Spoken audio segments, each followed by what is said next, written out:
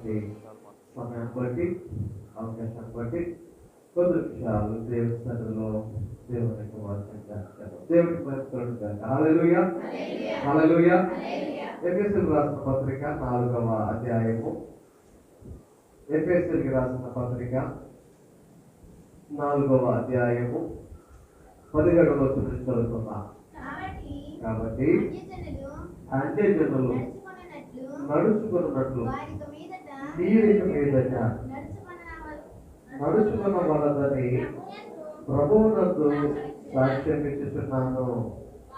వారైతే అంధకారమైన మనస్సు గలవారై తమ హృదయ కాఠిన్యము వలన తమలోనున్న అజ్ఞానము చేత దేవుని వలన కలుగు జీవములో నుండి వేరుపరచబడిన వారై తమ మనస్సులకు కలిగిన వ్యర్థత అనుసరించి నడుచుకొనుచున్నారు.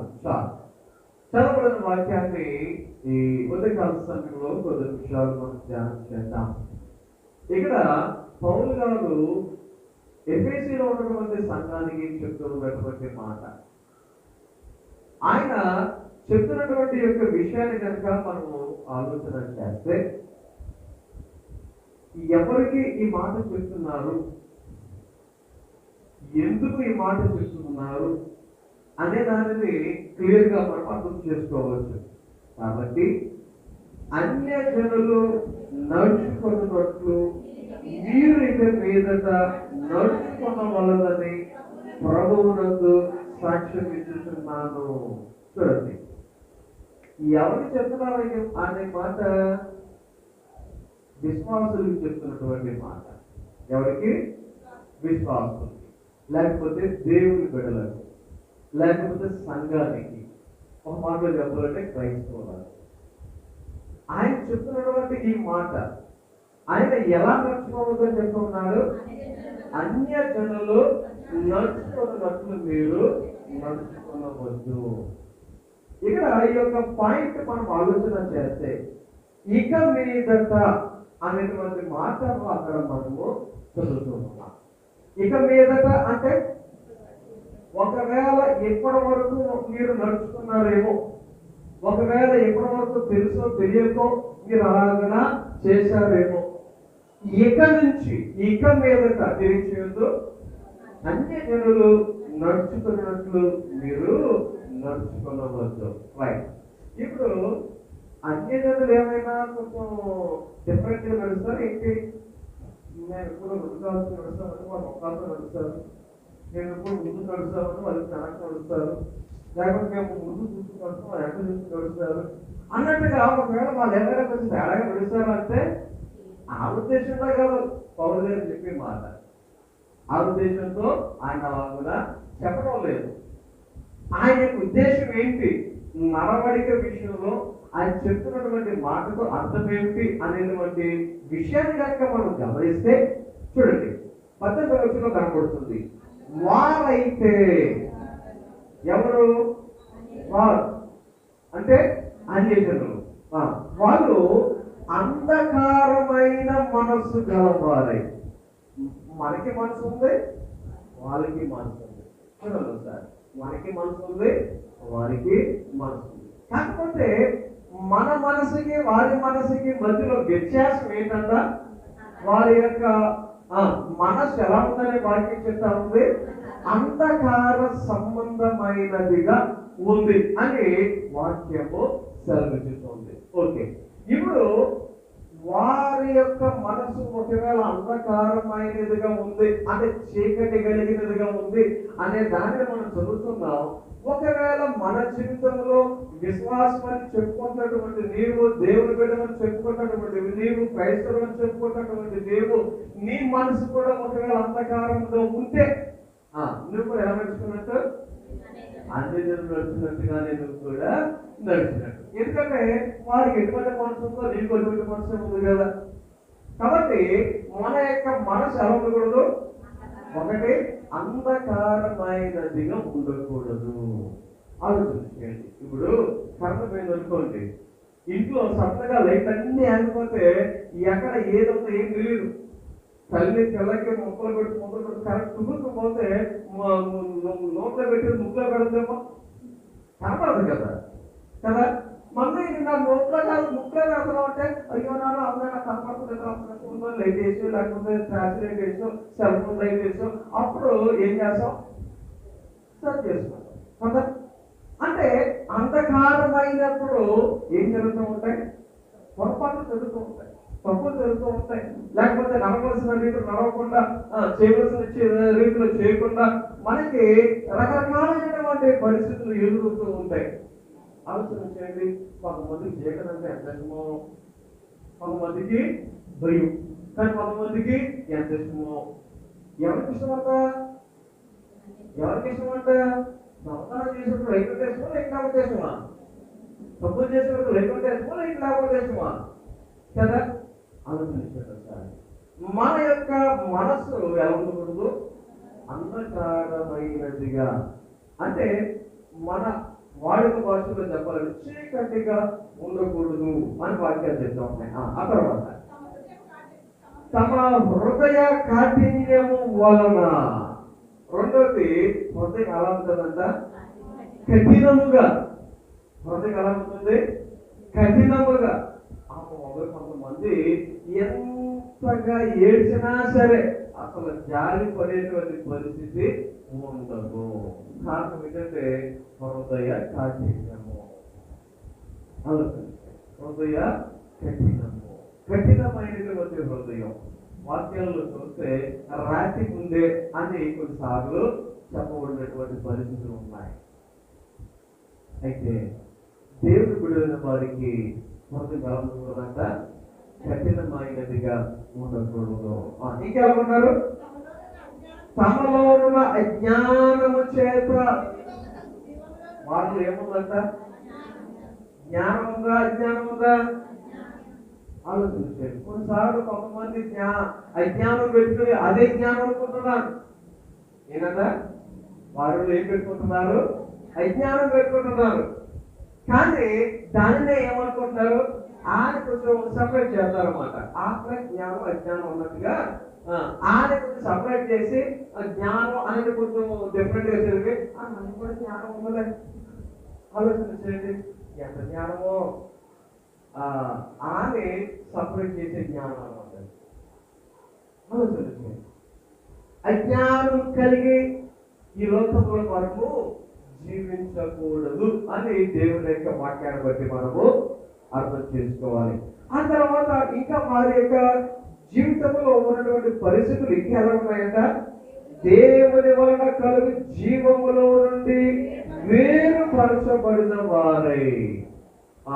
లాస్ట్ ఏంటంట, దేవుని వలన కలుగు జీవముకు వారు ఏమైపోతున్నారంట, వేరుపరచబడిన వారుగా అవుతున్నారు. అంటే జీవంతో కలిసి ఉంటున్నారంటే లేదు, జీవముతో కలిసి ఉంటున్నారంటే ఉండడం లేదు. జీవముతో ఏమైపోతున్నారంట, వేరైపోతున్నారు. ఒకసారి ఆలోచన చేయండి, జీవములో ఉంటే జీవం ఉంటుంది, జీవానికి వేరైతే ఏముంటది, మరణం. జీవానికి వేరైపోతే ఏముంటుంది చెప్పండి, మరణం. అంతేనా కేవలం ఉందా? ఆలోచన చేద్దాం. వాక్యము స్పష్టంగా మనకి తెలియజేస్తా ఉంది, దేవుని వలన కలుగు జీవము. అదిగో మాట, దేవుని వలన కలుగు జీవం. ఎందుకంటే మానవులు జీవం ఇస్తారు అంటే తల్లిదండ్రులు వాళ్ళ కూర్చొని బిడ్డలకు జీవం వచ్చిందని చెప్తారు. లేకపోతే వీడు బతకడం అనేటువంటి సందర్భంలో వైద్యులు ఒకవేళ ఏమైనా మంచి వైద్యం చేసి బ్రతికించారు అనుకోండి, ఏమన్నా పునరుద్ధరణ ఇచ్చారు అన్నట్టుగా కొన్ని సందర్భాల్లో కొన్ని వైద్యుల దగ్గర ఈ మాట మనము మాట్లాడుతూ ఉంటాం. అయితే మనుషులు ఇచ్చేటువంటి జీవము వేరు, దేవుడు ఇచ్చేటువంటి జీవం వేరు. మనుషులు ఇచ్చేటువంటి జీవానికి అంతము అనేది ఉంది, లేకపోతే దానికి ఎండ్ అనేది ఉంది. కానీ దేవుడు ఇచ్చేటువంటి జీవానికి అసలు అంతము అనేది లేనే లేదు, ఉండదే ఉండదు. కారణం అది ఇచ్చే జీవము నిత్య జీవము, అది ఇచ్చే జీవము నిత్యము ఉండేటువంటి జీవము. కాబట్టి అన్యులైనటువంటి వారైతే జీవము కూడా ఏమైపోతున్నారంట, వేరుపరచబడిన వారిగా ఉంటున్నారు. మరి దేవుడు బిడ్డలైనటువంటి వారు ఎలా ఉండాలి? ఎలా ఉండాలి? జీవమును కలిగి ఉండాలి. మరి ఈ రోజున నీవు దేవుడి బిడ్డగా ఉన్నావా, అన్యుడిగా ఉన్నావా? దేవుడి బిడ్డగా జీవిస్తున్నావా, అన్యురాలుగా జీవిస్తున్నావా? మనకు అర్థంగా ఛాన్స్ లేదండి, నేను అన్యులుగా జీవిస్తాను అని మనం అనుకోవచ్చు. ఓకే రైట్, అన్యుడు జీవించడంలో పేరుకి. కానీ నీలో గనక ఈ లక్షణాలు ఉంటే, ఏ లక్షణాలు? చీకటి కలిగినటువంటి మనసు, కఠినము కలిగినటువంటి హృదయము, నీలో అజ్ఞానము, ఆ తర్వాత దేవుడు కలుగచేసేటువంటి జీవమునకు నువ్వు వేరుగా ఉన్నట్లయితే దాని అర్థం ఏంటన్నమాట? అన్యజనులుగా ఉన్నట్టే. అలాగున్న వారు వేరుపరచబడిన వారై తమ మనసులకు కలిగిన వ్యర్థత అనుసరించి నడుచుకొనుచున్నారు. మనసులో ఏముందంట? వ్యర్థత. చెత్తను ఎక్కడ వేయాలి? డస్ట్బిన్ లోనే వేయాలి. ఈ మధ్య తడి చెత్త, పొడి చెత్త అని చెప్పేసి ఒక మంచి కాన్సెప్ట్ తీసుకొచ్చారు కదా మన రాష్ట్రంలో. తడి చెత్త, పొడి చెత్త అనే కాన్సెప్ట్ తీసుకొచ్చారు. ఇంతకుముందు ఎక్కడ పడితే అక్కడ పాడేయటమే. మన ఇంట్లో చెత్త మన ఇంట్లోనే మనకి కప్పు గుర్తేటువంటి రీతిలో ఉండేటువంటి పరిస్థితులు ఉంటాయి. కానీ ఇప్పుడు గవర్నమెంట్ పూర్తిగా ఏం చేసిందంటే తడి చెత్త, పొడి చెత్త అని చెప్పేసి వేరు చేసినట్టుగా చేసి ఎక్కడ మీరు ఇష్టం పాడేదో వాటిని జాగ్రత్త పెట్టండి అన్నట్టుగా చేస్తున్నారు కదా. ఈ వారం ఒక న్యూస్ వచ్చింది, ఎంతమంది చదివారు? ఈ తడి చెత్త, పొడి చెత్త వలన ఆదాయం వచ్చిందంట. ఎంత వచ్చింది? ఎవరు చదివారు? గీతాలు చదివారా? నేను చదివాను. 1000 కోట్ల పైన వచ్చిందంట. ఎంత? 1000 కోట్ల పైన వచ్చిందంట. ఈ వారంలోనే వేశారు పేపర్లో, న్యూస్లో రాశారు. ఆలోచన చేద్దాం సార్. ఇప్పుడు ఆ చెత్తనే ఎవరైనా ఇష్టపడతారా? పొడి చెత్త అంటే పర్వాలేదు, పెద్ద ఇదే కాదు. అదే తడి చెత్త అయితే భయంకరమైన వాసన వస్తుంది, భరించలేనటువంటి వాసన వస్తుంది. ఆ పని చేసేవారు ఆ పని ఎలా చేస్తున్నారబ్బా అని మనమే చాలా చిరాకు పడేటువంటి పరిస్థితులు వస్తూ ఉంటాయి కదా. గమనించండి సార్, ఆ చెత్తనే మనము భరించలేనటువంటి మరి పరిస్థితులు ఉంటే వాక్యం చెప్తుంది వారి మనసు ఎలా ఉందంట? మనసు దేంతో పోలుస్తాం ఇక్కడ? మనసు దేంతో పోలుస్తున్నాడు? వ్యర్థతతో పోల్చుతున్నట్లుగా దేవుడి యొక్క మాటలను ఇక్కడ మనము చదువుతూ ఉన్నాం. గమనించండి ఒకసారి, ఈ యొక్క ఉదయకాల సమయంలో నీ యొక్క హృదయము కనుక దేవునికి అయిష్టమైనదిగా ఉంటే, నీ హృదయము కనుక మరి ఇలాంటి రీతిగా ఉంటే, ఎలాంటి రీతిగా? చీకటి, ఆ తర్వాత హృదయ కాఠిన్యము, అజ్ఞానము, జీవములో నుండి వేరుపరచబడినటువంటి పరిస్థితులు ఉంటే దేవుడు ఏమని చెప్తున్నాడు? నీ యొక్క మనసులకు కలిగిన వ్యర్థత అని చెప్తున్నాడు. ఎవరు నడుచుకుంటారంట అలాగేనా? ఈ 4 రీతిని ఎవరు నడుచుకుంటారంట? అన్యజనులు అని చదువుతున్నాం. లేకపోతే వారిని ఏమంటున్నారు? మనసులకు కలిగిన వ్యర్థతను అనుసరించి నడుచుకునేటువంటి వారు అని వాక్యం చెప్తాం. ఈ ఉదయకాల సమయంలో మన జీవితంలో మనం ఎలా ఉన్నాం? ఎలా నడుచుకుంటూ ఉన్నాం? ఎటువంటి లక్షణాలు కలిగి ఉన్నాం? ఏ రీతిగా ఈ లోకంలో మనం జీవించగలుగుతూ ఉన్నాం? వీటిని అన్నింటినీ ఒకసారి మనము పరిశీలన చేస్తాం. కారణం ఏంటి అంటే, మనం ఈ లోకంలో ఎలా నడుచుకోవాలి అనేది దేవుడు ముందుగానే మనకి తెలియజేయడం జరిగింది.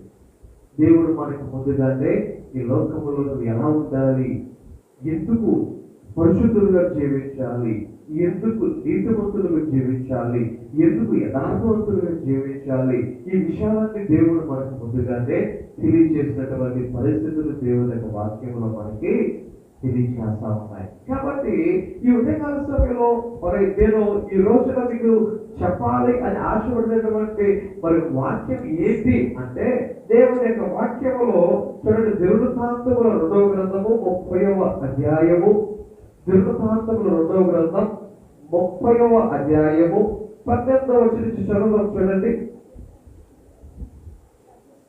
30వ అధ్యాయము 18వ వచనం నుంచి.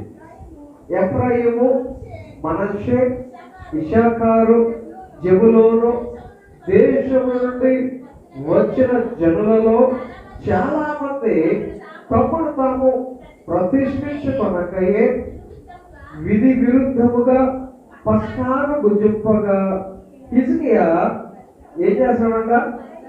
పరిశుద్ధ స్థలము యొక్క శుద్ధీకారము చెప్పున తను పవిత్రపరచుకొనకయే తన పితరుల దేవుడు యెహోవాను ఆశ్రయింప మనసు నిలుపుకొనిన ప్రతి వాని నిమిత్తము దయగల యెహోవా ప్రాయశ్చిత్తము చేయునుగాక అని ప్రార్థింపగా. చూడండి, అప్పుడు దేవుడు ఏం చేసినట? హిజ్కియా చేసిన ప్రార్థన అంగీకరించి జనులను స్వస్థపరిచెను. ఇక్కడ నేను చెప్తామనుకున్నటువంటి విషయం ఏంటి అని ఒక్కసారి గమనిస్తే, అక్కడ కొంతమంది పేర్లు చెప్పబడుతూ ఉన్నాయి. ఎఫ్రాయిము, మనష్షే, ఇశ్శాఖారు, జెబూలూను దేశము నుండి వచ్చిన జనులలో చాలా మంది, ఒకరు కాదు, ఇద్దరు కాదు, చాలా మంది ఏం చేశారట? తమను తాము ప్రతిష్ఠించుకొనకయే విధి విరుద్ధముగా ఏం చేశారు? పస్కాను భుజింపగా. రైట్, ఇక్కడ పస్కా అనేది ఒక ఆచరణ ఉండేది పాత నిబంధన కాలంలో. ధర్మశాస్త్రము ప్రకారంగా పస్కా అనేది ఉండేది.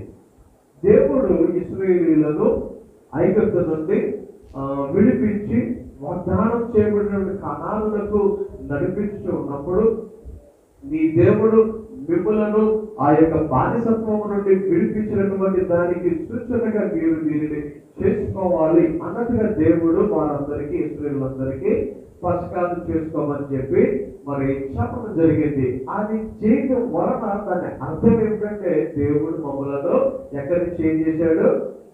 ఐగుప్తు నుంచి విడిపించాడు అని చెప్పడానికి ఇది ఒక సూచనగా ఆయన చేయమని చెప్పడం జరిగింది. అయితే అది చేసినప్పుడు ఎలా చేయాలి ఏంటి అనేది చాలా రూల్స్ అండ్ రెగ్యులేషన్స్ ఉన్నాయి. అయితే ఇక్కడ ఈ యొక్క ఊరు నుంచి వచ్చిన వారు ఏం చేస్తున్నారంట? ఒకటి, తమను తాము ప్రతిష్ఠించుకొనక ఏం చేస్తున్నారు? విధి విరుద్ధముగా పస్కాను భుజించిరి. అంటే ఒక్క మాటలో చెప్పాలి అంటే, సిద్ధపాటు లేకుండా. ఫర్ ఎగ్జాంపుల్, మన పిల్లలు బయట మట్టిలో ఆడి ఆడి ఆడి ఆడి ఇంట్లోకి వచ్చి కాళ్ళు చేతులు కడుక్కోకుండా, స్నానం చేయకుండా అన్నం పెట్టే అని చెప్పేసి అమ్మ అన్నం పెట్టమని ఆ మురికి చెప్తే అన్నం కలిపేసి తిన్నా ఉన్నారనుకోండి, చూడమని సేమ్ తెల్లేమంటాం, చూడమని సేమ్ తెల్లలేమంటాం. చూసిన తర్వాత రైట్ చేయకపోతే మీరు చేసే పని అలాగా ఫోన్ చేసేది అంటారు. అవునా? ఒకవేళ ఈ అన్ని అందరూ చేశారు ఈ చెప్పగలరు కాబట్టి ఎవరు పట్టించుకోరు. అన్న తప్పు అని చెప్పేసి తప్పు అని కూడా చెప్పడం మనలో. కారణం ఏంటంటే వాళ్ళకి అది తప్పు అన్న సంగతి తెలియదు, ఎందుకంటే వాళ్ళ వయసు చిన్నది కాదు. కాబట్టి మనం ఏం చేస్తాం? ఇచ్చిన పిల్లలు మీకేం తెలియదు అనుకుంటాం. ఒకవేళ పెద్దవాళ్ళు ఎవరు పేరు చెప్తాం, ఎవరి పేరు చెప్పి ఎవరు బాధపడతారో నా పేరుగా చెప్పుకుంటాను. నేనే మళ్ళీ ఆడేసి ఇష్టం వచ్చినట్టుగా నా చేతులతో అది ఇది గుర్తేసుకొని చేతులు కట్టుకోకుండా ఆ చేత నేనే తినేస్తాను అనుకోండి, మా పిల్లలే డాడీ ఏంటి చేయగలుగుకోకుండా తింటున్నాం అంటారా? అర్థమవుతుందా? అంటే జనరల్గా మనం మామూలుగా తినేదాని విషయంలో కూడా మనం ఏం ఆలోచిస్తున్నాం? శుభ్రంగా ఉండాలి, కడుక్కోవాలి అన్నట్టుగా మన యొక్క ఆలోచనలు ఉన్నాయి కదా, గమనించాలి. ఇప్పుడు జనరల్ గా మనం తినేటువంటి భోజనానికి ఖచ్చితంగా చేతులు కడుక్కోవాలి అనేటువంటి నిబంధన మనం పెట్టుకున్నప్పుడు ఎందుకు పెట్టుకున్నాం? అది మన ఆరోగ్యం కొరకు. ఏ కొరకు తినకూడదు, రూల్ ఏమన్నా బైబిల్ చూపి అంటే ఆలోచన చేయాలి. కొన్ని మనం ఏం చేసుకోవాలి, అర్థం చేసుకోవాలి. అర్థమవుతుందా? అయితే పస్కా విషయంలో కూడా అటువంటి నియమ నిబంధనలు అనేవి దేవుడు ఇవ్వడం జరిగింది. అయితే ఆ ఊరు నుంచి వచ్చిన వారు ఏం చేశారంట? విధి విరుద్ధముగా ఒకటి, రెండవది తమ్ముడు తాము ప్రతిష్ఠించుకోనగా. ఇప్పుడు జనరల్గా ఈ రోజుల్లో పస్కా అనేది మనకి లేదు, కానీ జనరల్గా దేవుడి సన్నిధిలో ఆయన యొక్క శరీరము, ఆయన రక్తమును మనం స్వీకరించేటప్పుడు వాక్యాలు ఏం చెప్తున్నా? ఎలా తీసుకోవాలి, ఎలా తీసుకోకూడదు? ఆలోచన లేకుండా అయోగ్యముగా వాటిని మనము తీసుకోకూడదు అని వాక్యాలు స్పష్టంగా చెప్తా ఉంటాయి కదా. సిద్ధపాటు కలిగి మనము తీసుకోవాలి. అంటే వాక్య ప్రకారంగా మనల్ని మనం ఏం చేసుకోవాలన్నమాట? ప్రతిష్ఠించుకోవాలి. దేవాన్ని నీ బిడ్డను, నీ బిడ్డగా నేను జీవించడానికి సహాయం చేసిన ఈ తప్పు, ఫలానా తప్పు, ఫలానా పొరపాటు, ఫలానా పాపము క్షమించు అన్నట్టుగా దేవుని ఎదుట మనము ఒప్పుకొని మన పాపములని మనము క్షమాపణ పొందుకొని ఆ తర్వాత వాటిని మనము స్వీకరించే వారుగా ఉండాలి కదా. కొంతమంది బాప్తిసం తీసుకుని కూడా తీసుకోవడానికి ఇష్టపడతాం. ఏ అని అడిగితే సిద్ధపడలేదు అంటారు. ఓకే రైట్, ఈరోజు సిద్ధపడలేదేమో. ప్రతిరోజు సిద్ధపడకపోతే, రోజు సిద్ధపడకపోతే ఆలోచన చేయాలి. ఇప్పుడు మన చిన్నపిల్లలు కాదు కదా.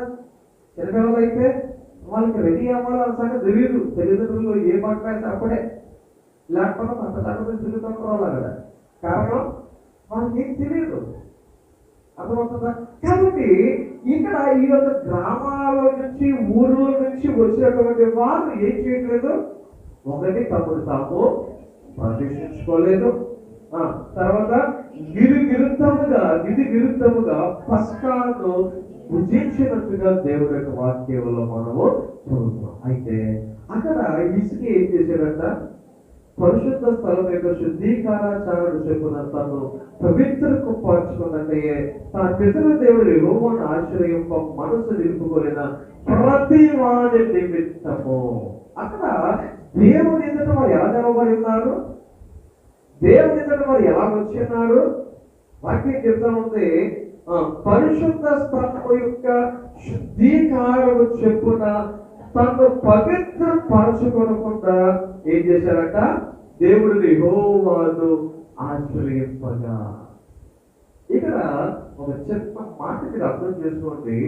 దేవుడిని మనం ఆశ్రయించాలి అంటే, ఇప్పుడు దేవుడిని ఆశ్రయించడం అంటే, దేవుడిని ఆశ్రయించడం ఆయన దగ్గరికి రావడం. ఆయన దగ్గరికి రావడం అంటే ప్రార్థన ద్వారా కావచ్చు, వాక్యం ద్వారా కావచ్చు, పాటల ద్వారా కావచ్చు, ఆరాధన ద్వారా కావచ్చు. ఆయన దగ్గరికి వచ్చినప్పుడు ఎలా రావాలంట? వాక్యం ఏం చెప్తుంది? పవిత్రపరుచుకొని రావాలి. ఎలా రావాలి?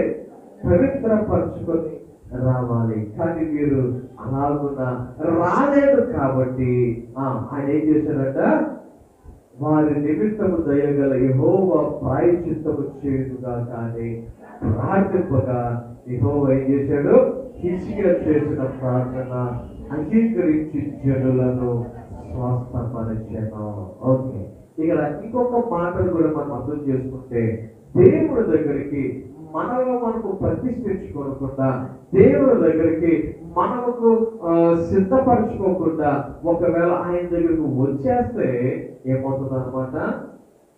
బలహీనత అనేది రావచ్చు. దేవుడు మనలను స్వస్థపరచాలి అంటే, దేవుడు మనలను బాగు చేయాలి అంటే ముందు ఏం చేసుకోవాలన్నమాట? మనము సిద్ధపరచుకోవాలి. శుద్ధీకరణాచారణ ప్రకారము మనము పవిత్రపరచుకోవాలి అని దేవుని యొక్క వాక్యము సెలవించుతున్నది. ఓకే, ఎందుకు నేను చెప్తామన్నా వాక్యంలో ఇంకా నేను వెళ్ళలేదు, ఇంకా ఇంట్రడక్షన్ చెప్తామన్నా. రైట్, ఇక్కడ ఈ యొక్క చదవబడిన వచనాలలో ఇంచుమించు 4 పేర్లు చదవం. ఎఫ్రాయిము, మనష్షే, ఇశ్శాఖారు, జెబూలూను అనేటువంటి పేర్లు చదవం. వీళ్ళెవరు? వీళ్ళందరూ ఎవరు? యాకోబు యొక్క పిల్లలు ఉన్నారు, యోసేపు యొక్క పిల్లలు ఉన్నారు. ఆలోచన చేయండి. ఇప్పుడు వీరిలో ఇశ్శాఖారు అనేటువంటి పేరు, ఇశ్శాఖారు అనేటువంటి పేరు కనుక మీరు గమనిస్తే యాకోబు యొక్క కుమారులలో ఒక కుమారుడు. ఇశ్శాఖారు యాకోబు యొక్క పిల్లలలో ఒక కుమారుడు అనే వాక్యాన్ని బట్టి మనకు అర్థం చేసుకోవచ్చు. ఓకే, ఇప్పుడు ఈ ఇశ్శాఖారు అనేటువంటి పేరుకు ఒక అర్థం ఉంది. ఎవరికైనా తెలుసా? ఇశ్శాఖారు అనేటువంటి పేరుకి ఒక అర్థం ఉంది. ఆ పేరు ఏంటి యొక్క అర్థము, లేకపోతే దేనికి సూచన అని మీరు గమనిస్తే ఆదికాండంలో 49వ అధ్యాయములో, ఆదికాండము 49వ అధ్యాయము 14 వచ్చి చదువుతాం చూడండి.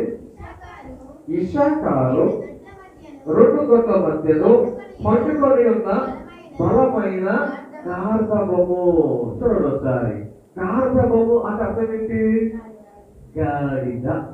గార్ధబము అంటే అర్థం ఏంటి? గాడిద. ఓకే, ఇప్పుడు చాలా జంతువులు ఉన్నాయి, మనకు తెలిసిన వాటిల్లో చాలా జంతువులు ఉన్నాయి. మరి అదేంటో విచిత్రం, ఎవరైనా ఎప్పుడైనా మరీ తిట్టాలన్నప్పుడు ఈ పేరే వాడతారు. అవునా? వేరే పేర్లే వాడతారా? బాగా విసిగిచ్చేయాలనుకోండి, అందరికన్నా మరి రాజు జంతువుల రాజు సింహం కదండి, సింహమ్మ అని అంటారు. అవునా? లేకపోతే అందరికన్నా బాగుంటుందని చెప్పేసి ఏనుగా అంటారు. ఎవరన్నా? లేకపోతే అందరికన్నా ఫాస్ట్ గా పరిగెత్తుందని చెప్పేసి చిరుత అంటారు. ఎవరన్నా? అందరూ ఉపయోగించేటువంటి పేరు జనరల్ గా గాడిద. అవునా? అదేంటో కుక్కనే కుక్క కూడా కుక్క తిట్టరు, పిల్లని తిట్టరు. అవును కదా? ఎక్కువగా వాడే పేరు ఏదంటే గాడిద. మిగతా జంతువుల్ని ప్రేమించేటువంటి అవకాశాలు ఉండొచ్చు, కానీ గాడిద ఎవరు ప్రేమిస్తారా అంటే అదే గాడిద మాత్రం ఎవరు కూడా ప్రేమించేటువంటి పరిస్థితి లేదు. కారణం ఏంటంటే గాడిదకు ఒక స్పెషల్ లక్షణాలు ఉన్నాయి. ఏంటి ఆ లక్షణాలు అంటే, అది కూర్చోనప్పుడే కూర్చుంటుంది. నువ్వు ఎంత ట్రై చేయి, నిలబడమని ఎంత లాగు, నిలబడమంటే నిలబడదు. ఎందుకంటే అది కూర్చోననుకుంటుంది కాబట్టి. అది నుంచున్నప్పుడు మీరు కూర్చోబెట్టాలని మీరు ప్రయత్నం చేయండి. అది నుంచోవాలి అని లోపల ఫిక్స్ అయితే నువ్వు ఎంత కొట్టు, దాని మీద ఎంత బరువే, కూర్చొని కూడా కూర్చోవద్దు, నిలబడేయమంటారు. ఏంటంటే గాడిద యొక్క లక్షణం అంటే ఆలోచన చేద్దాం. నువ్వు అది ఎక్కడికైనా వెళ్ళాలి అంటే మనం అనుకుంటే కాదు, అది అనుకోవాలి. అది అనుకుంటేనే వస్తుంది. అది అనుకోలేదు అనుకోండి, ఎంత బలవంతంగా లాగా ఒక అడుగు మురిగేదండి. అది అక్కడ అనుకుంటుంది. కారణం ఏంటంటే అది మాత్రం అనుకోలేదు వెళ్ళాలి అని. ఈరోజు చదివినటువంటి కీర్తన భాగంలో 32 కీర్తనలో చదివాం కదా. చూడండి, గాడిద గురించి ఎవరైనా చదువుతాం. అక్కడ ఎక్కువ వచ్చినా కొంత వచ్చినా బుద్ధి జ్ఞానము లేని గుర్రము వలనైనను అక్షర గాడిద వలనైనను మీరు వాటికి 2 లేవంట. ఏదేమంట? ఒకటే బుద్ధి లేదంట, రెండోది జ్ఞానం కూడా లేదంట. ఒకవేళ జ్ఞానం ఉండి బుద్ధి లేకపోతే పరిస్థితి ఎలా ఉండేదో, బుద్ధి ఉండి జ్ఞానం లేకపోతే పరిస్థితి ఎలా ఉండేదో. కానీ ఈ 2 లేవంట. ఎవరికి? అంటే ప్రస్తుతం గాడిద గురించి మనం టాపిక్ కాబట్టి గాడిద గురించి మాట్లాడుతాం. ఈ గాడిదకి ఏం లేదంట, బుద్ధి లేదంట, జ్ఞానం కూడా లేదంట. ఇప్పుడు వాక్యం ఏం చెప్తుంది? మీరు అలాగున ఉండకుడి. ఇక్కడ గాడిద మనం చెప్తున్నటువంటి మాట, మీరు గాడిదలాగా ఉంటుందిరా బాబు. ఎలా ఉంటుందంట? గాడిద వల్లే అసలు ఉండొద్దు అని ఆయన మనకి చెప్తా ఉన్నారు. ఎందుకని? మనకి ఏమి లేదంట, బుద్ధి లేదంట, జ్ఞానం లేదంట. ఒకవేళ ఈ రెండు లేకపోతే వాళ్ళు ఏమనాలి? నేనన్న మాట కాదు, నన్ను తీసుకుంటారేమో దావీదు గారు చెప్తున్న మాట. కాబట్టి తీసుకుంటే దావీదు గారు తీసుకోండి కదా, తీసుకోవచ్చు. ఆయన ఏమన్నా ఉన్నారు? బుద్ధి లేదు, జ్ఞానం కూడా లేదు అంట ఉన్నారు. అలాంటి వాళ్ళని ఏమంటారంట? గాడిద అంటారంట. అది ఆడవాళ్ళైనా, మగవాళ్ళైనా, పిల్లలైనా, యవనస్తులైనా, పెద్దవాళ్ళైనా, ఎవరైనా. అందులో వీళ్ళకి ఎగ్జామ్షన్ అని చెప్పేసి ఏమన్నా ప్యాకేజ్ లో పెట్టారంటే ఏ ఎవరికి పెట్టలేదు. కాబట్టి అందరూ కొన్నింటిలోకి వర్క్ చేస్తారు. కాబట్టి వాక్య ప్రకారంగా బుద్ధి జ్ఞానము లేనటువంటి జంతువు ఏదో అంటే అందుగురించి దానిని ఎలా వాడతారంటే బరువులు మోయటానికే వాడతారు. జనరల్గా గాడిద ఎందుకు వాడతారు తెలుసా? ఎందుకు వాడతారు తెలుసా? బరువులు మోయటానికే గాడిదలు వాడతారు. నేను ఎక్కడో విన్నాను, నిజమో నాకు తెలియదు కానీ మనిషి గట్టి పడటానికి గాడిద పడటం చదువుతారంట. ఎక్కడో ఏ దేశం కూడా నాకు తెలియదు కానీ మనిషి గట్టిగా ఉండటానికి గాడిద పడటం చదువుతారంట. ఆలోచన చేయడం సార్, మోసం అంటే తినొచ్చు, అదేంటో రక్తం కాల్చడం ఏంటో. ఓకే, ఇప్పుడు ఈ యొక్క గాడిద గురించి ఆలోచన చేస్తే అది జనరల్ గా దాని లక్షణం ఏంటి? బరువులు మోయటానికి ఉపయోగించేటువంటి వారు. అది బరువులు ఎవరు మీరు అనుకుంటారు. ఒక రకంగా చెప్పాలంటే గాడిద చాలా అంటే చాలా బరువు మోస్తుంది. కొన్నిసార్లు ఈ మాత్రం అంటారు కదా, గాడిద సైకిల్ చేస్తారంటారు కదా, అంటారా? విన్నారు కదా, గాడిద సైకిల్ అంటారు. అంటే గాడిద చాలా బరువు మోస్తుంది అన్నమాట. నమ్మకంగా మోస్తుంది. నువ్వు ఎంత దూరం పోయకుండా అంత దూరం మోస్తుంది. అది దానికి ఉన్నటువంటి విషయం. అయితే ఈ రోజున ఈ గాడిద గురించి ఒక వాక్యం చెప్పడానికి నేను సిద్ధమవుతా. ఏంటి అంటే నిర్గమకాండము 13వ అధ్యాయము, నిర్గమకాండము 13వ అధ్యాయము 11వ వచనం చదువుదాం. చూడండి. ప్రతి గాడిద తొలి పిల్లను వెలయించి విడిపించి దానికి మారుగా గొర్రె పిల్లలు ప్రతిష్ఠింపవలెను. అట్లు దానిని విడిపించని ఎడల దాని మెడను విరగదీయవలెను. ఓకే, ఇక్కడ చదవబడినటువంటి వచనములో ధర్మశాస్త్రములో మోషే కాలములో దేవుడు ఇచ్చినటువంటి కొన్ని నియమ నిబంధనలలో ఉన్నటువంటి ఒక నిబంధన, ఒక నియమం ఏంటి అంటే గాడిద యొక్క తొలి పిల్లను ఏం చేయాలి అంట? వెల ఇచ్చి విడిపించాలి. దానికి మారుగా గొర్రె పిల్లను ప్రతిష్ఠించాలి. అలా చేయకపోతే గాడిద ఏం చేయాలంట? మెడను విరగదీయవలెను అని దేవుడి యొక్క వాక్యంలో మనం ఇక్కడ చదువుతున్నాం. మెడ విరగదీస్తే ఏమవుతుంది? మెడ విరగదీస్తే ఏమవుతుంది? కొన్నిసార్లు పెట్టలు పట్టే వాళ్ళు ఆ పెట్టని కోసే ముందు ఏం చేస్తారు తెలుసా? మెడ కుడుచుకుంటారు ఇలాగా. అంతే, అది ఎలా కొట్టుకుని అక్కడ ఆగిపోద్ది. ఆలోచన చేయండి, ఏంటంటే మెడను విరగదీస్తే ఎలాంటిదైనా చనిపోవాల్సిందే. గమనించండి, కొన్నిసార్లు కొంతమంది విచిత్రంగా ఏం చేస్తా ఉంటారంటే ఏదో అలాగలాగలాగా అక్కడక్కడ కూర్చుకుంటూ ఉంటారు కదా. ఎందుకని? ఎలాగ కనపడాలన్నా. అంటే అది కాదు, వాళ్ళ ఉద్దేశాలు వేరే, వాళ్ళ యొక్క ఆలోచనలు వేరే.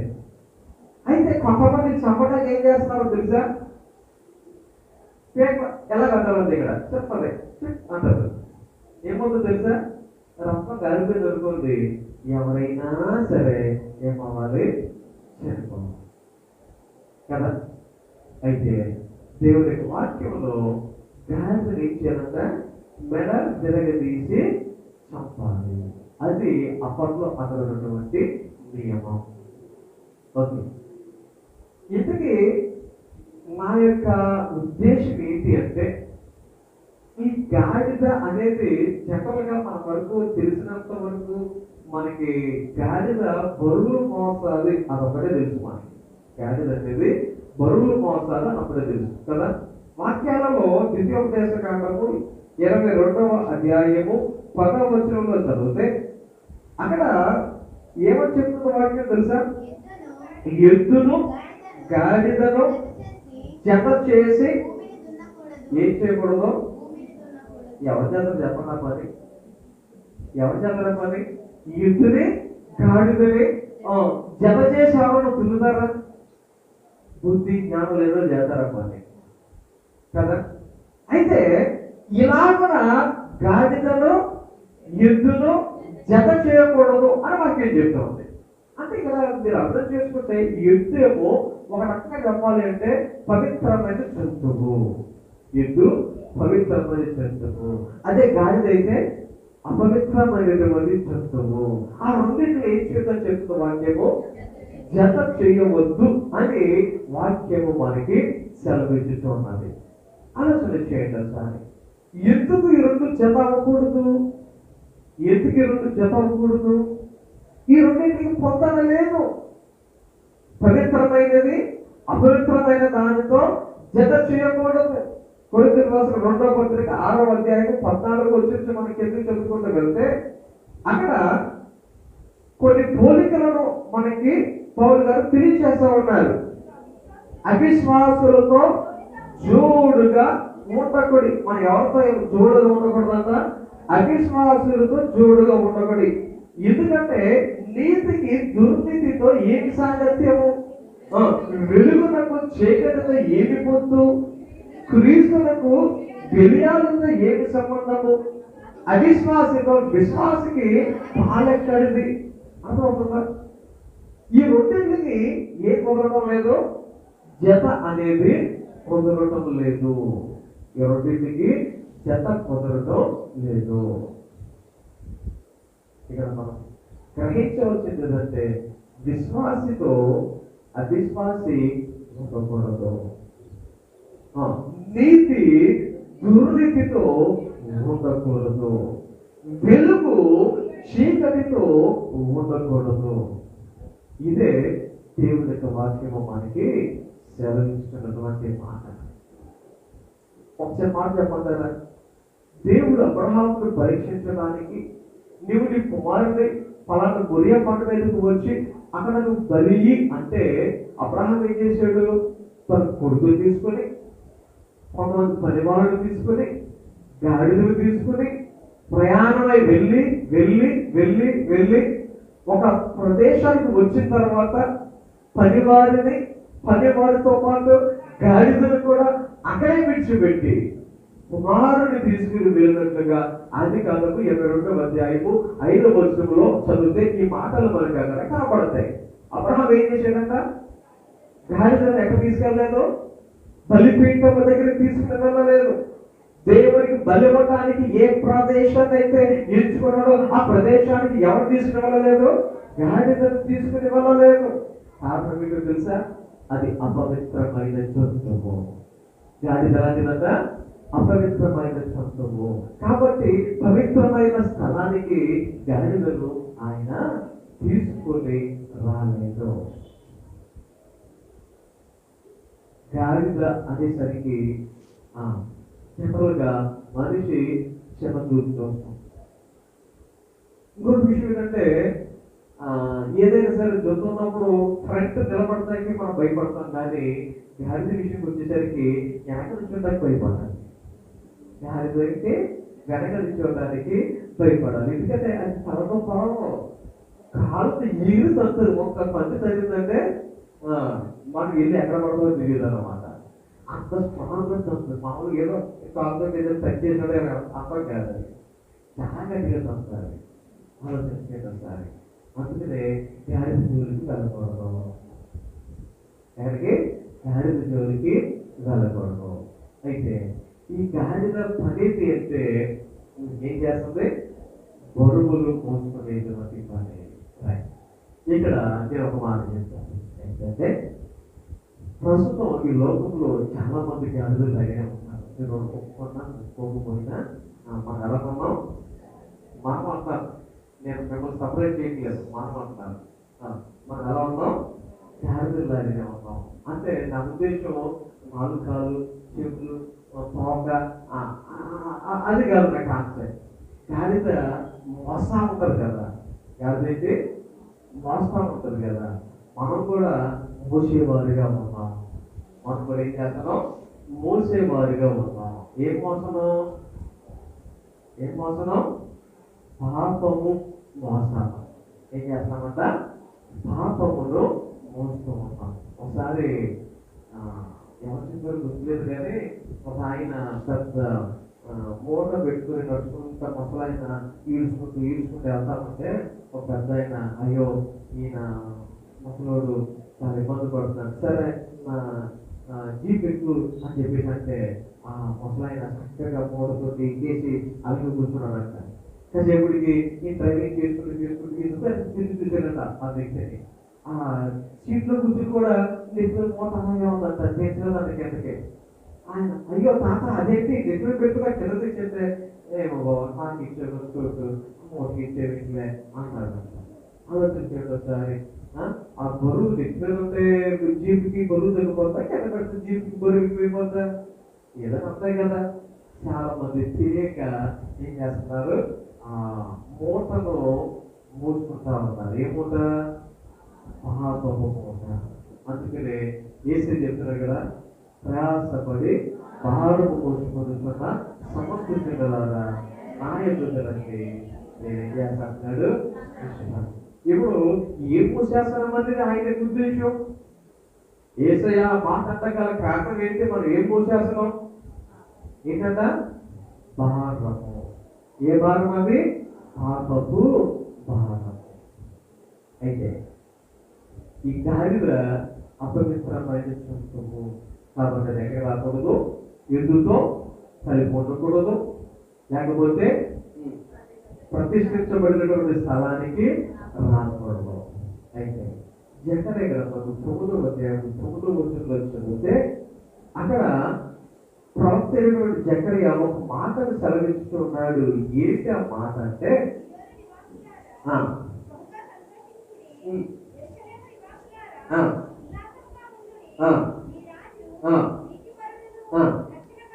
రక్షణ కలవాడని, దీనుడని, గాడిదను గాడిద పిల్లలు ఎక్కి నీ యొక్కకు వచ్చుచున్నాడు.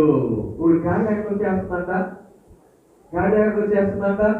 దేవుడి దగ్గరకు వచ్చేస్తుందంట. మరి అక్కడేమో గాడిద ఎక్కడ చేశారు? మనకేం తయారు చేశారు? బలిపేట దగ్గర కూడా రానివ్వలేదు. వాక్యాలు ఏం చెప్తున్నాయి? ఎద్దుతో అది ఏమవ్వకూడదు, జత పట్టకూడదు అని వాక్యాలు చెప్తా ఉన్నాయి. కానీ ఇక్కడ ఈ గాడిద ఎక్కడికి వచ్చేస్తుందంట? డైరెక్ట్ గా దేవుడి దగ్గరికి వచ్చేస్తా ఉన్నట. ఏంటి మరి కారణం? ఎందుకు వచ్చేస్తుంది అలాగా అంటే, ఇక్కడ ఈ గాడిద ఉన్నటువంటి ఒక ప్రత్యేకత ఏంటంటే, ఈ గాడిద పేరు ఎవరున్నారు? యేసయ్య ఉన్నాడు. యాక్చువల్ గా మంగళవారం రోజున చెప్పేటువంటి వాక్యం కదా. అయితే ఇది శ్రమదనాలు కాబట్టి ఆ కాన్సెప్ట్ ఇప్పుడైతే మీకు చెప్తామన్నా. ఈ గాడిదకి ఎక్కడికి రావడానికి ఛాన్స్ లేదు, దేవుని దగ్గర రావడానికి ఛాన్స్ లేదు. కారణం ఏంటంటే ఇది అపవిత్రమైనది కాబట్టి పవిత్రమైనటువంటి స్థలానికి రావడానికి అవకాశం అయితే లేదు. కానీ ఇప్పుడు ఈ అపవిత్రమైన దాని మీద ఎవరు కూర్చున్నారు? యేసయ్య కూర్చున్నాడు. కాబట్టి ఈ అపవిత్రమైనది ఏమైందనమాట? పవిత్రమైనది. అంటే మనము దేవుడి దగ్గరికి రావాలి అంటే, మనము దేవుడి సన్నిధికి చేరాలి అంటే, లేక ఆయన రాజ్యానికి మనం వారసులు అవ్వాలి అంటే, మనము మనంతటగా వెళ్ళిపోదాము అనుకుంటే అవకాశాలు లేవు. యోహాను సువార్త 14వ అధ్యాయము 6వ వచనంలో చదువుతాం కదా. యేసే చెప్తున్నమాట, నేనే మార్గమును సత్యమును జీవమునై ఉన్నాను, నా ద్వారా తప్ప ఎవడును తండ్రి యొద్దకు. మనము తండ్రి దగ్గరికి వెళ్ళాలి అంటే, పరలోక రాజ్యానికి చేరాలి అంటే మనంతటా మనము వెళ్ళడానికి అవకాశాలు అయితే మనకి లేవు. ఆమెకి వెళ్ళాలి అంటే ఏం చేయాలి అంట? ఆయన ద్వారా తప్ప ఎవరు కూడా వెళ్ళడానికి అవకాశం లేదు. అంటే ఇప్పుడు ఇంతకు మీకు చదివినటువంటి వాక్యం ఏది జన్మకాండము 13వ వచనం చదివారు కదా. గాడిదను ఏం చేయాలంటే మనము అది చావకుండా ఉండాలి అంటే, చంపకుండా ఉండాలంటే దానికి ప్రత్యేక ఏమివ్వాలంట? గొర్రె పిల్లలు ఇవ్వాలి, గొర్రె పిల్లలు ప్రతిష్ఠించాలి. అయితే యేసయ్య ఏం చేస్తున్నాడు అంటే, యోహాను సువార్త 1:29 ప్రకారంగా బాప్తిస్మ యోహాను యేసయ్య గురించి చెప్తున్నటువంటి మాట ఏమని చెప్తున్నాడు? ఈయన లోక పాపములను మూసుకొని పోవు దేవుని గొర్రె పిల్ల అంటా ఉన్నాడు. యేసయ్య ఏమని సంబోధిస్తున్నాడు? లోక పాపములను మూసుకొని పోవు దేవుని గొర్రె పిల్ల. ఇప్పుడు గాడిద బ్రతకాలి అంటే దానికి మామూలుగా ఏం ప్రతిష్ఠించాలి? గొర్రె పిల్లను ప్రతిష్ఠించాలి కదా. అయితే యేసయ్య ఆయన ఒక గొర్రె పిల్లగా ఆయన ఇప్పుడు ఒక గాడిద కొరకు ఏమవుతున్నాడు? ప్రతిష్ఠింపబడుతున్నాడు. ఆలోచన చేయండి. ఇప్పుడు ఆ గాడిద యేసయ్యని ఎక్కించుకునేసరికి ఆలోచన చేద్దాం.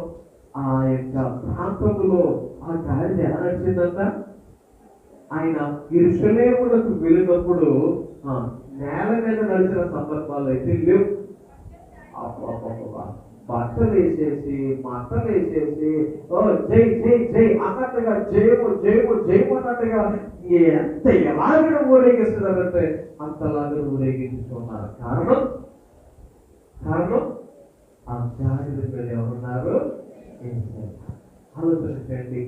ఈ లోకములో పాపము అనేటువంటి భారమును మోసుకొనిచ్చినటువంటి మన జీవితాలను యేసయ్య ఆయన ఒక గొర్రెగా మన కొరకు ఆయన మరి ప్రతిష్ఠించుకుని తన రక్తాన్ని చెప్పించి ఈ అపవిత్రమైన గాడిదను పవిత్రం చేసి ఎక్కడికి చేర్చడానికి ఇష్టపడుతున్నాడంటే దేవుని రాజ్యానికి చేర్చడానికి ఇష్టపడుతున్నాడు. పేతురు రాసిన మొదటి పత్రిక మొదటి అధ్యాయంలో 18వ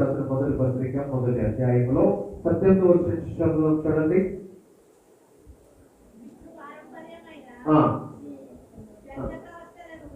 విడిచిపెట్టినట్లుగా వెండి బంగారు వంటి క్షయ వస్తువుల చేత మీరు విమోచింపబడలేదు, కానీ అమూల్యమైన రక్తము చేత అనగా నిర్దోషమును నిష్కలంకమునకు గొర్రె పిల్ల వంటి క్రీస్తు రక్తము చేత విమోచింపబడితేరని మీరు ఎరుగుదురు కదా.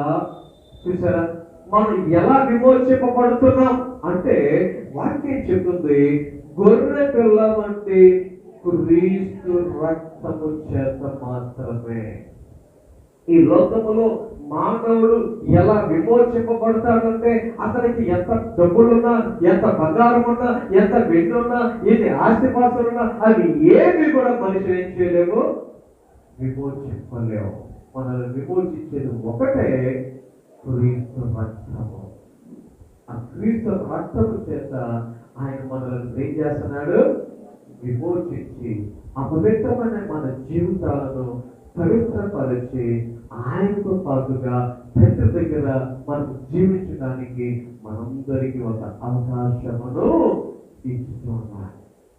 గాడిద లాంటి ఈ అపవిత్రమైనటువంటి జీవితాన్ని దేవుడు ఇప్పుడు పవిత్రపరిచి ఎక్కడైతే మనకు చోటు లేదో, ఎక్కడైతే మనం వెళ్ళడానికి అవకాశం లేదో ఆ ప్రాంతానికి ఒక యాక్సెస్ ఇస్తూ ఉన్నాడు.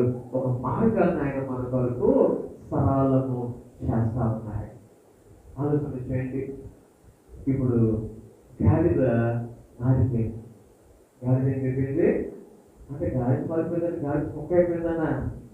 దాడిదాడిలాగా ఉంది, కానీ దాని స్వభావం మారిపోయింది. ఎందుకు ముందు అది అపవిత్రమైనది ఉండేది, ఇప్పుడు ఏమైపోయింది? పవిత్రమైనదిగా మారింది. ఆలోచన చేద్దాం.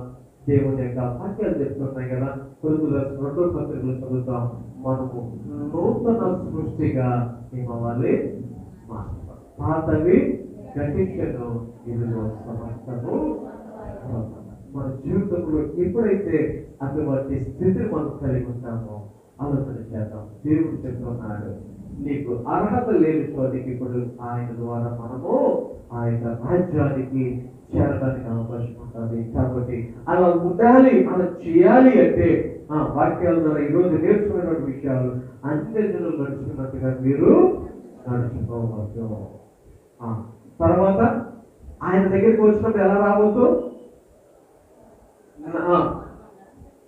విధి విరుద్ధముగా కాకుండా, ప్రతిష్ఠించుకోకుండా కాకుండా మనము పవిత్రముగా దేవుడి దగ్గరకు వచ్చేవారుగా ఉండాలి. కాబట్టి ఈ చిన్న వాక్య ప్రకారంగా మన యొక్క జీవితాలను మార్చుకొని మనము అపవిత్రమైన జీవితంలో నుంచి పవిత్రమైన జీవితంలోనికి వచ్చి దేవుని ఇష్టంగా నడుచుకుందాం. కొన్ని మాటలు దేవుడు మన వెనుకడిలో ఫలింపజేసి నడిపించిన దాకా ఆమె ప్రార్థన చేస్తున్నాం. అందులో తల వచ్చండి, కళ్ళు మూసుకోనండి. ప్రార్థన. పరిశుద్ధుడ, మహోన్నతుడ, గొప్ప దేవాన్ని కర్మ నామమునకు వందనాలు స్తోత్రాలు తండ్రి. నీ బిడ్డలకు మమ్మల్ని ప్రేమించి ఈ ఉదయకాల సమయంలో ఈ రీతిగా చేసినది కనిపిస్తున్నాను బట్టి వందనాలు స్తోత్రాలు. వచ్చిన ప్రతి ఒక్కరి బట్టి నీకు వందనాలు. ప్రార్థన చేసిన రీతిగా ప్రారంభం నుండి ప్రవర్తన నడిపించే విధానాన్ని బట్టి నీకు వందనాలు. దేవా, ఈ సమయంలో నీ చేతికి మమ్మల్ని అప్పగించుకుంటూ ఉన్నా. నీ బిడ్డలుగా మేమందరము నడవటానికి, జీవించడానికి సహాయం చేయమని ప్రార్థన చేస్తున్నాం. దేవాన్ని బిడ్డలకి ఎవరికైనా అవసరతలో మేము సమస్య కలిగిన దేవుడు వారి అవసరతల్లో సహాయం చేయమని ప్రార్థన చేస్తున్నాం. అదే రీతిగా దేవా, ఈ వారంలో జరగబోయే పరిపాలనలో, కార్యక్రమాలలో, ఆరోగ్య విషయాలలో, ప్రయాణాలలో ఈ బిడ్డలను ప్రతి ఒక్కరికి సహాయం చేయమని ప్రార్థన చేస్తున్నాం. ఎండల వల్ల ఎవరికి ఎటువంటి ఇబ్బంది లేకుండా నీ ప్రత్యేకమైన కాపుదల అందరూ గమనించండి. నీ బిడ్డలు దేవా, మీరు దీవించిన విధానాన్ని బట్టి నీ సన్నిధికి వచ్చి నీ సమర్పించిన సానుకూలాలను బట్టి నీ వందనాలు. ప్రతి ఒక్కరిని నూరంతులుగా, అనునంతులుగా, ముఖనంతులుగా పనికొచ్చేయమని ప్రార్థన చేస్తున్నాం. ఈ సమయంలో మనందరూ మీ చేతిలో తెచ్చుకుంటున్నాం. సహాయం చేసి నడిపించి మేలు గురించి తృప్తిపరచుకున్నాం. యేసు నామమున ప్రార్థన చేస్తున్నాము తండ్రి, ఆమేన్. మన తండ్రి దేవుని ప్రేమ, కుమారుడు యేసుక్రీస్తు వారి కృప, పరిశుద్ధాత్మిక సహవాసము, సహాయము, కాపుదల నడిపింపు ఎప్పుడు ఎల్లప్పుడూ ఆయన బిడ్డలైన మనందరకు సదాకాలము తోడే నడిపించును కాక. ఆమేన్.